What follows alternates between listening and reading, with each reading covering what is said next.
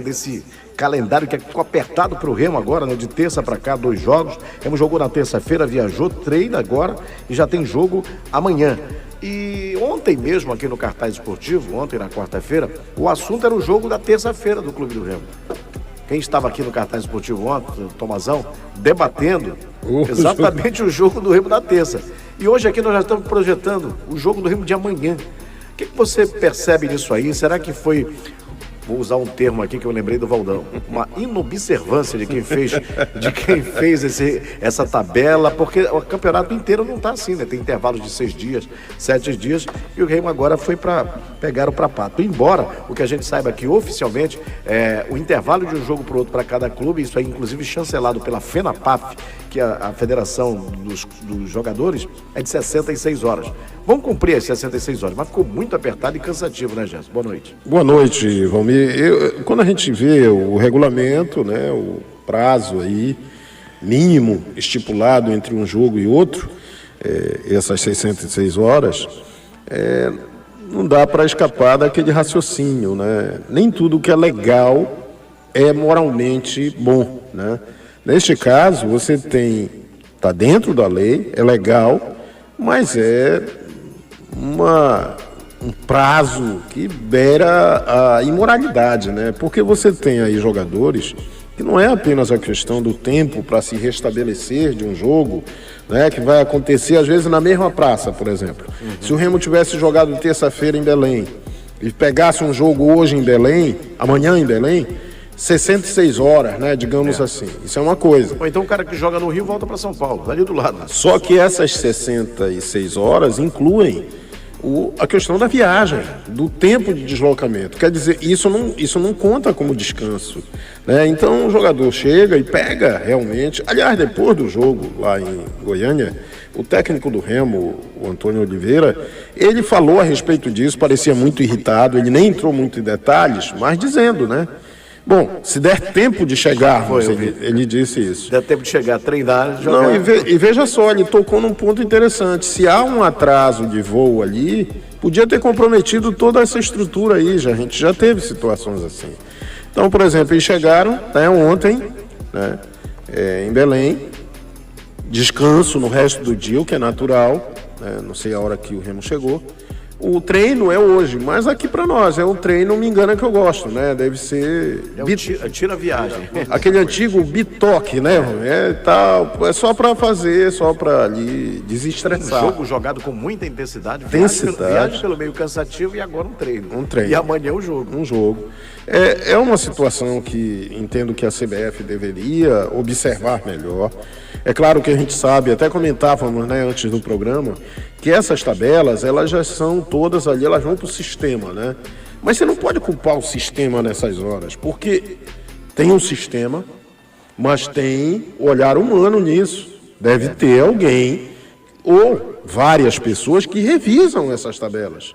Porque eu não quero acreditar que, por exemplo, solta aí o sistema decide e pronto. Não, alguém vai olhar. E se alguém duvida que isso prejudica, é só olhar os desempenhos do Paysandu nos meses de abril e maio. Exatamente. Que ficou jogando assim, mais ou menos assim, né? Eu ia me referir a isso. O Luizinho Lopes cansou de bradar, né? Bradar no deserto, né? Porque não adianta. É a mesma situação aí do Oliveira, não vai poder reclamar. O Remo não está reclamando de uma maratona, mas o Remo está reclamando de um fato específico que agride esse princípio do descanso, né, do repouso para um grupo de atletas. E o Paysandu teve uma situação que não era assim, de um jogo ali quase montado no outro, mas tinha uma sucessão de viagens seguidas, saindo daqui de Belém, fazendo um giro lá pelo sul do país. Quer dizer, prejuízo do mesmo nível e pior, mais prolongado até. Por isso a equipe se arrebentou toda, né? Chegou uma hora que o Paysandu tinha 5 jogadores apenas para levar como opção de banco de reservas. Isso ocorreu em 2 ou 3 partidas, sabe? E isso sob a indiferença da CBF. Várias vezes se questionou, se reclamou, os dirigentes do Paysandu reclamaram, mas parece que nessa hora a CBF pensa assim, não, né? Tipo assim... E tinha que olhar o seguinte, olha, o Pará é diferente. O Pará tem que olhar a malha aérea, porque ela também não tem todas essas opções, né? Você precisa trabalhar com uma logística bem interessante, tanto que o Remo precisou ir para São Paulo para chegar em Goiânia, né? Em vez de ir para Brasília, ele fez São Paulo, Goiânia, Brasília, depois Goiânia, foi muito complicado. Então, tá faltando aquele olhar, ou o Castilho falou isso ontem aqui, bastidor, né? A turma olhar antes aqui. Uma pressão maior. E, olha, vamos ter mais atenção para as Olha, nós temos agora um vice-presidente da CBF, né? Pode ser um caminho também, aí certamente o Ricardo não está indiferente a quem isso. Quem não chora, não mama, né? Exato. Bora seguir. Deixa eu trazer o Cacheado aqui com o seu boa noite, mas o Remo não quer saber disso, o tempo não para, como diria Casuso, o Remo já está treinando para o jogo de amanhã, e esse treino acontece agora, segundo o destaque do Cacheado, Remo está treinando agora, ou então está terminando. Como é que está o treino do Remo? É debaixo de chuva, né, Cacheado? Boa noite. Boa noite. Um abraço para você, Valmir, um abraço ao nosso Gerson Nogueira, o que bate de primeiro, um abraço a todos ligados aqui na Rádio Clube do Pará, não é? E olha, Valmir, o Remo começou o trabalho por volta das 17 horas, 17h10, 17h15, né? Tivemos ainda há pouco uma zona mista, onde os companheiros, confrades, colegas do Grupo RBA também estavam lá, todos aí, logicamente, fazendo seu material para os programas, né? E o técnico, o nosso Antônio Oliveira, muito atencioso, brincalhão com a turma da imprensa, com os jogadores, né? Ele realmente é uma pessoa muito simpática, o técnico do Clube do Remo, viu, Valmir? Um cara muito, se dá bem com as pessoas, não sei por que falaram tanto aquilo dele, né, rapaz? E ele tá tentando também, dentro de campo, né, Gerson? Dentro de campo também se ajustando aí com o torcedor. Não se ouve mais o torcedor falar que o português não conhece, não se ouve mais. Essa que é a grande realidade. Ele fez um trabalho para soltar o músculo, né? E como dizia o Cleitinho, agora o Cleitinho, o lateral que o Remo tinha, né? Que depois do jogo... Para soltar a musculatura, né? Ele dizia isso, Cleitinho. Eu vou tomar uma daqui agora. E agora, Cleitinho, fazer o que? Não, vamos tomar umas 3, 4 para soltar a musculatura. Entendeu? Então, os jogadores terminaram e vão concentrar, né? Vai ter o jantar, né, na Toca do Leão, e daqui a pouquinho 23 jogadores vão concentrar. E com relação ao time, dificilmente ele vai mudar esse time. Vai repetir, né? Repetir. Daqui a pouquinho eu falo a respeito. Eu tenho uma memória fraca, rapaz. Qual foi o time que jogou? Eu não tenho aqui. Olha, o Marcelo Rangel no gol. Marcelo Rangel muito elogiado no Brasil todo, né? Pela sua performance. Ele é o melhor goleiro da Série B no momento, com as principais defesas. O melhor goleiro no arco do Clube do Remo. Marcelo Rangel no gol, Natan Santos, o Camutanga, Kaique e o Alan Rodrigues, Caio Vinícius, Cantídio e Pavani, Marrone, Matheus Davó, o menino Davó e Pedro Rocha. Valmir. Que tal repetir esse time, o mesmo que empatou lá com o Goiás? Eu acho que é uma medida, eu entendo que sensata da parte do Antônio Oliveira, porque o time foi muito bem, né? O primeiro tempo do Remo, buscando ali conter o time goiano, a pressão, resistiu a essa pressão. Quando houve chance ali, um espaço a ser explorado, foi muito bem explorado. Aliás, um lançamento belíssimo do Pavani para o gol do Pedro Rocha. O gol foi bonito também, né? Gol bonito. E depois, no segundo tempo, quando o Pedro Rocha perdeu dois gols, um deles, houve o outro passe do Pavani do mesmo jeito, na diagonal. O Pavani muito bem na partida, com detalhe a mais de não ter recebido o cartão amarelo no jogo, o que a gente sabe que é algo, né, sempre aí a ser louvado. Eu só acho, e já escrevi até sobre isso, na jornada também falei, é que quando o Pavani foi substituído por cansaço, ele e o Cantilho, primeiro o Pavani se desdobrou, né, na marcação e tudo, havia um lugar ali para entrar o Jaderson. O Jaderson estava no banco. E o Jaderson daria ao Remo no segundo tempo um outro formato ali no meio. Renovaria as forças. E aí o Antônio Oliveira, não sei quem foi o grilo falante para ele, ou se foi ideia dele mesmo, colocou simplesmente o Dodô no meio campo. O Dodô e o Pedro Castro. O Pedro Castro até não foi tão mal. Tem 4 auxiliares.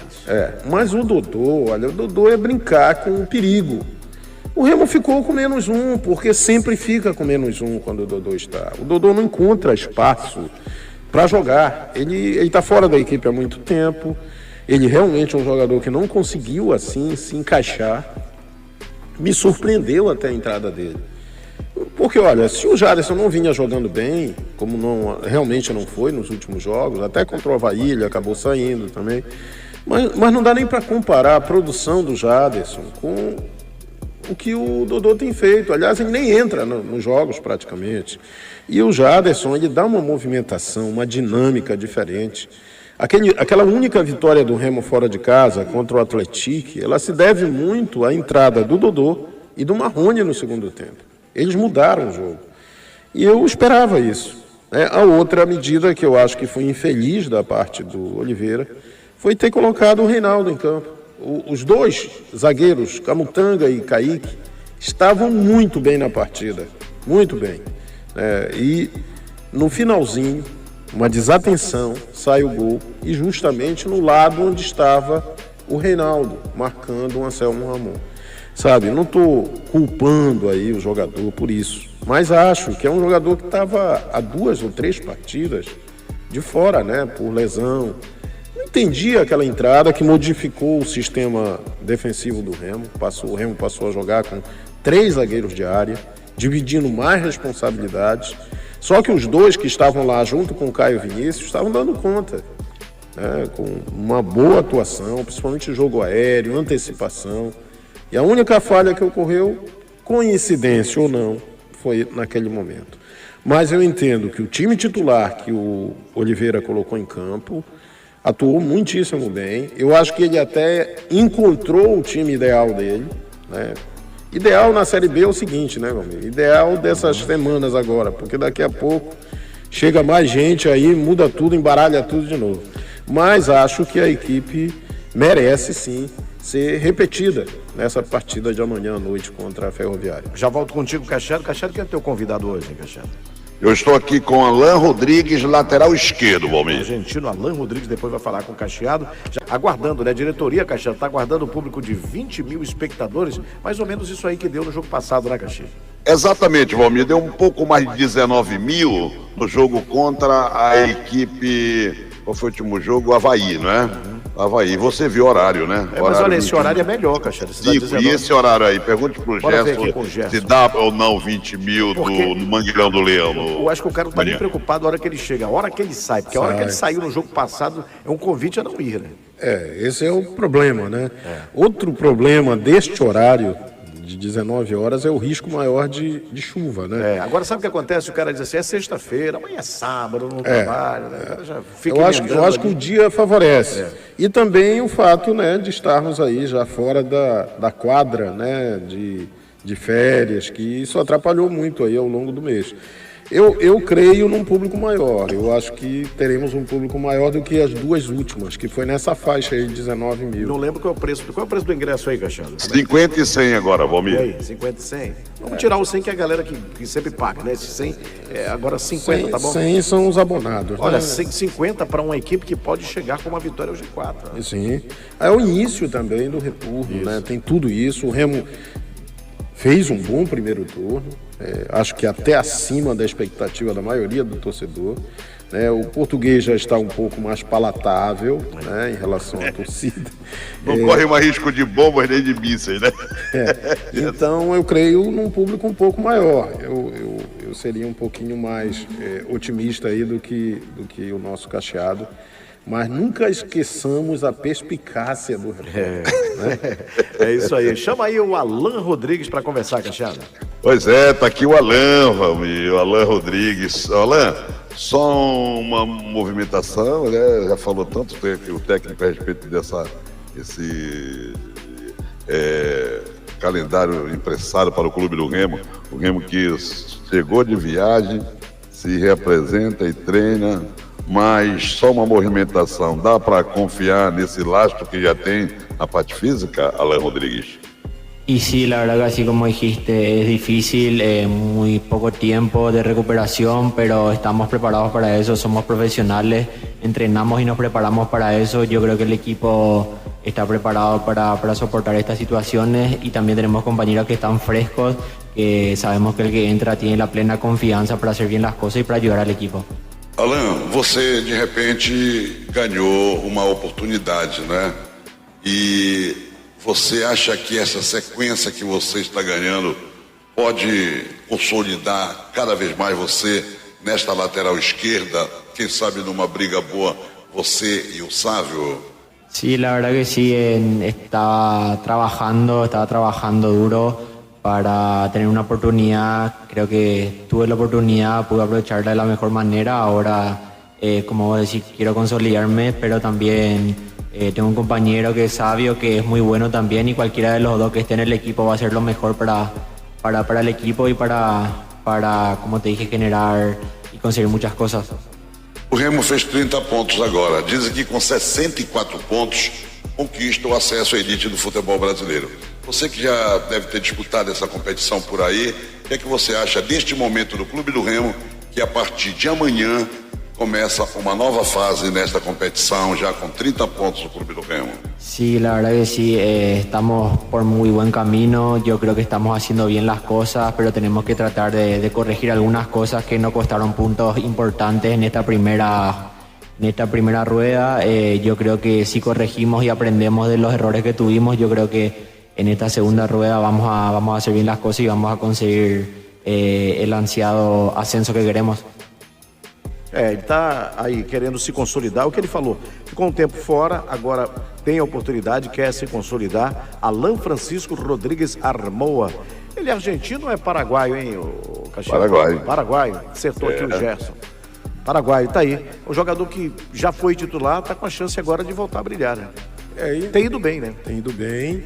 É aquela questão que a gente normalmente levanta aqui, que numa Série B é importante você ter titulares, no caso o Sávio é um titular, um jogador importantíssimo na campanha do Remo, mas é preciso ter reservas de um nível comparável, né? Um cara que entre e não faça com que o time perca muito. Entendo que o Alan é um jogador assim. Tem o fato de ser bem jovem, né? Um jogador de 24, 25 anos, e fez muito bem, começou bem, inclusive, né, no Remo. Depois perdeu espaço, mas acho que é uma peça que vem funcionando, né? Os jogos aí que ele participou, esse jogo contra o Goiás foi muito bem, né? E é um jogador que pode jogar o jogo todo, né? Dá essa tranquilidade também para o treinador. O Cacheado, o atacante uruguaio está sendo aguardado, não chegou, como é que tá? É o Nico Ferreira, tá chegando aí. O Christian já chegou, tá fazendo exame. Se você perguntar no Bainão se tem ninguém diante, não, ninguém sabe que tem aqui. Você sabe como é que é, né, Valmir? Tá certo, eu tenho que primeiro fazer os exames todos, os testes físicos, e depois aprovou, assina e publica a contratação. Mas o Christian já está fazendo os exames, concluindo, e agora o Nico Ferreira, que a qualquer momento ele pinta aí, tá, Valmir? Tá legal. São nove os permitidos, né, pelo regulamento, 9 os estrangeiros. Eu acho que o Remo está perto disso aí, já não tinha quase nada, tem uma leva agora de jogadores hablando em espanhol.